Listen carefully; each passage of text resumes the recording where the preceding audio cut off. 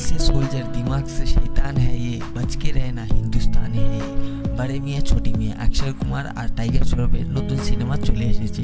এখানে ভিলেন হিসাবে রয়েছে আমাদের সালারের বন্ধু, আমাদের প্রভাস দাদার বন্ধু পৃথ্বীরাজ সুকুমারন। তাই সিনেমাটা দেখতে একটু আলাদাই মজা হবে। এটা গণপতের মতো খালি না মাইর খাক, এটাও একটা dystopian action science fiction cinema হতে চলেছে, যেখানে আমাদের পৃথ্বীরাজ সুকুমার হয়তো একটা আর্টিফিশিয়াল এআই, মানে আমাদের মিশন ইম্পসিবলে যেরকম একটা এআই দেখানো হচ্ছিল সেরকম একটা এআই, যেরকম এজ অফ আল্ট্রনে আমাদের আল্ট্রন, সেরকম পৃথ্বীরাজ সুকুমারও হয়তো একটা সিনেমার মধ্যে এআই হবে বা একটা মেশিন রোবট হবে, তাকেই আমাদের হিন্দুস্তানি সোলজাররা মোকাবেলা করবে। ওই এআইটা আমাদের পৃথিবীটাকে ধ্বংস করতে যাবে ভারতবর্ষকে। তাই আমাদের বড় মিয়া আর ছোটে মিয়া টাইগার শ্রফ আর অক্ষয় কুমার উঠে পড়ে লাগবে এই পৃথ্বীরাজ সুকুমারের পেছনে।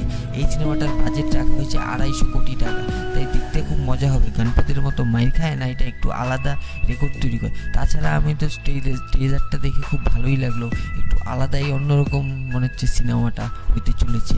মাইর খাবে না, হয়তো এটা কামব্যাক করাই দিবে টাইগার শ্রফ আর অক্ষয় কুমারের।